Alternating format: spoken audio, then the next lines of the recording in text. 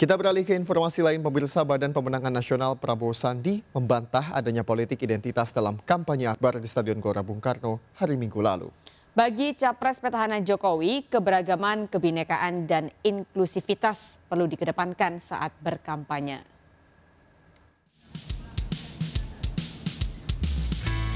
Badan Pemenangan Nasional Prabowo Sandi menepis adanya anggapan politik identitas dalam kampanye akbar di Stadion Gelora Bung Karno pada hari Minggu lalu. Bantahan tersebut menanggapi cuitan Andi Arief yang menilai kampanye di stadion terbesar tersebut tidak nasionalis dan bermuatan politik identitas. Bahkan BPN menilai tudingan tersebut kurang cerdas lantaran Andi Arief tidak hadir di lokasi.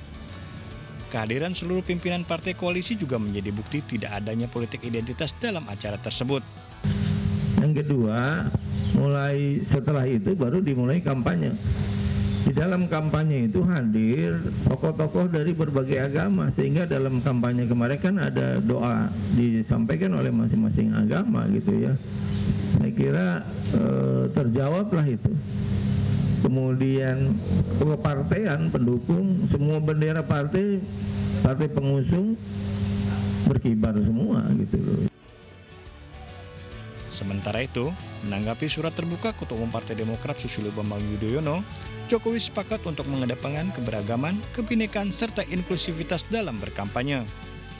Iya, saya sepakat sekali bahwa setiap kampanye itu yang dikemukakan itu kebinekaan, keberagaman, dan yang penting adalah kesatuan kita sebagai negara. Saya kira memang seperti itu.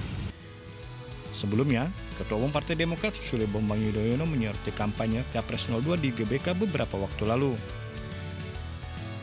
Tim Liputan iNews melaporkan. Ratusan pemilih milenials mendapatkan sosialisasi pencegahan berita hoaks dan praktik money politik jelang hari pencoblosan. Pembekalan edukasi politik jelang pemilu dilakukan guna menciptakan pemilih yang cerdas. Menjelang pemilu 17 April mendatang, tensi politik semakin meningkat. Sehingga tak menutup kemungkinan penyebaran berita hoaks semakin masif. Menyikapi hal tersebut, ratusan pemilih milenial mendapat sosialisasi pemilu. Tak hanya itu, kaum muda ini juga perlu mewaspadai terjadinya politik uang yang dikemas dalam bentuk berbagai serangan fajar ke pemukiman warga. Praktik kotor untuk duduk sebagai anggota dewan tersebut berimbas pada praktik korupsi mengingat modal yang telah dikeluarkan pada saat kampanye. Perbuatan-perbuatan yang memang tidak terpuji dan lain sebagainya. Maka dari itu, seluruh caleg di Jakarta atau se-Indonesia ini harus melakukan sebuah perubahan frame berpikir. No sembako, no money politik, cerdaskan masyarakat. Selain pembekalan edukasi politik cerdas kepada masyarakat, hal terpenting adalah perubahan pola pikir para caleg agar tidak lagi mengandalkan uang demi menarik simpati masyarakat. Dari Jakarta, Reni Sanjaya, iNews melaporkan.